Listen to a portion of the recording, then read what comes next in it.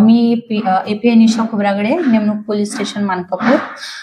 2 दिवसाआधी आमच्याकडे एक महिला आली होती फिर्यादी. तिने तिच्या तक्रारीमध्ये सांगितलं की तिला तिची जी दिव्यांग मुलगी आहे तिच्या सोबत तिचे फिर्यादीचे पती आणि त्या दिव्यांग मुलीचे वडील हे तिच्या सोबत अश्लील कृत्य करतात, घाणेरडा प्रकार करतात, तिला बॅड टच करतात. तर अशी तक्रार प्राप्त झाली. त्याच्यावरनं सदरची माहिती वरिष्ठांना देण्यात आली आणि वरिष्ठांच्या मार्गदर्शनाखाली आरोपी वडील आहे त्याच्यावर गुन्हा नोंद करण्यात आला आहे.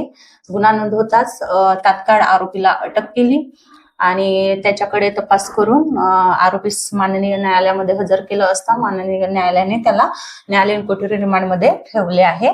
तपास सुरू आहे. वरिष्ठांच्या मार्गदर्शनाखाली आम्ही स्वतः त्याचा पुढील तपास करीत आहोत. अच्छा, फिर्यादी ही पीडित मुलीची आई आहे आणि आरोपी हा पीडित मुलीचा वडील आहे. पीडिता ही दिव्यांग आहे आणि ती सध्या शिक्षण घेत आहे आणि वडील तिचे पेशाने वकील आहे.